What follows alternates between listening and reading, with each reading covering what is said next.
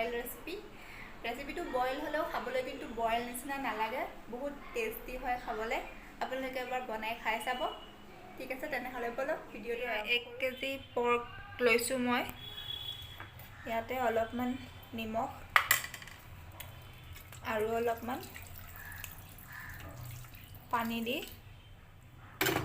এইখিনি 5 মিনিট সময় মই বইল কৰি ল'ম।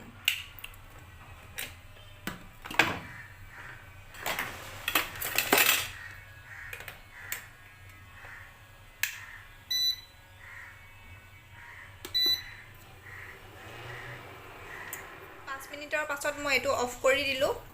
এতিয়া যি পানী আছে, পানীখিনিৰ পৰা মাংসখিনি উঠাই এটা কুকাৰত মাংসখিনি দি লওঁ। বনাবলৈ মাত্ৰ এইকেইবিধ বস্তু হ'লেই হ'ল।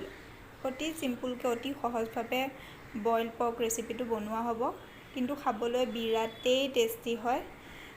ঠিক আছে, তেনেহ'লে বলক। মাংসখিনি চাওক, কুকাৰত মই ভালকৈ উঠাই ল'লোঁ পানীৰ পৰা।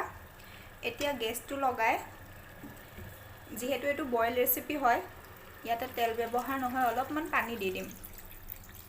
মাংসখিনি ডুব যোৱাকৈ দিব নালাগে, কাৰণ এইখিনি প্ৰথমেতো এবাৰ বইল কৰি লোৱা হৈছিলে। সেইবাবে অলপমান পানী দি এই পানীখিনি অলপমান শুকাবলৈ দিম। এয়া মাংসখিনি চাওক, একেবাৰে পানী শুকাই গৈছে। এতিয়া ইয়াত যিখিনি আদা নহৰু থৈছিলোঁ, সেইখিনি মই খুন্দি লৈ ইয়াতে দি দিলোঁ। দি এইখিনি ভালদৰে মিক্স কৰি ঢাকনখন লগাই দিম।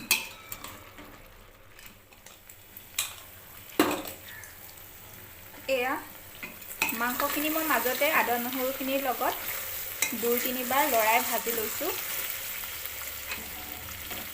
এতিয়া এই মাংসখিনিৰ পৰা তেল ওলাবলৈ ষ্টাৰ্ট কৰিছে। এইখিনি সময়তে আমি ইয়াতে দিম তেতিয়া কাটি ৰখা আলুখিনি। আলু দিলোঁ আৰু লগতে সোৱাদ অনুসাৰে নিমখ দিলোঁ। এতিয়া এইখিনি ভালদৰে মিক্স কৰি মিডিয়াম ফ্লেমত আকৌ অলপমান সময় ঢাকি ভাজি ল'ম। এয়া চাওক, মাংসখিনি কিমান তেল ওলাইছে চাওকচোন। সেইকাৰণে আৰু তেল দিয়াৰ প্ৰয়োজন নহয়। বইল ৰেচিপি হয় যদিও এইটো বইল বুলি ক'ব পৰা নাযায়, কাৰণ মাংসখিনিৰ পৰা ইমানেই তেল ওলায় যে মাংসবিলাক তেল নিদিয়াকৈ ফ্ৰাই হৈ যায়গৈ। এইখিনি এতিয়া ভালদৰে লৰাই ল'লোঁ। এতিয়া ইয়াতে কাটি ৰখা বিলাহীটো ওপৰতে দি দিম। এইখিনি লৰাব নালাগে, জাষ্ট বিলাহীটো ওপৰতে দি ঢাকনখন লগাই ৰাখিলেই হ'ল, বিলাহীটো যাতে গলি যায়। মাংসখিনিৰ পৰা ইমানেই তেল ওলোৱা ষ্টাৰ্ট কৰিলে যে মই প্ৰথম এটা বিলাহী লৈছিলোঁ, এতিয়া মই আৰু এটা বিলাহী দি দিছোঁ। দি আকৌ ঢাকনখন এনেকৈ লগাই ৰাখিম। এয়া বিলাহীখিনি অলপমান গলি যোৱা ষ্টাৰ্ট হৈছে। এতিয়া এইখিনি ভালদৰে মিক্স কৰি দিম। এইটো যিহেতু বইল ৰেচিপি, সেইবাবে ইয়াত হালধি নিদিব, হালধি ব্যৱহাৰ নকৰিব। ইয়াত কালাৰটোৰ কাৰণে এই মিৰ্চ পাউডাৰটো অলপমান দি দিম। জ্বলাটো হ'ব অলপমান আৰু কালাৰটো উঠিব।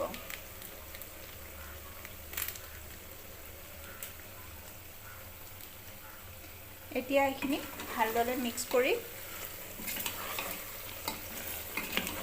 ঢাকনখন লগাই ৰাখিম।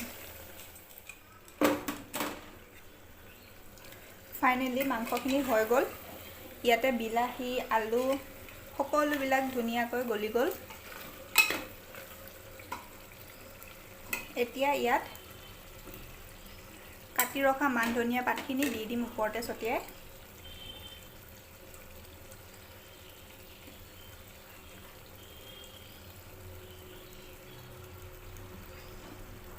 এতিয়া এইখিনি ভালদৰে এবাৰ মিক্স কৰি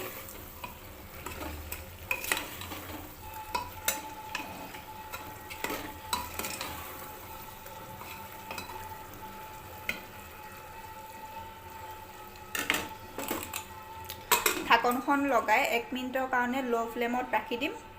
তাৰপাছত গেছ ষ্টভটো বন্ধ কৰি দিম। যদি ভিডিঅ'টো চাই ভাল লাগিল তেনেহ'লে লাইক, শ্বেয়াৰ আৰু ছাবস্ক্ৰাইব কৰি দিবলৈ নাপাহৰিব। আজিলৈ বাই।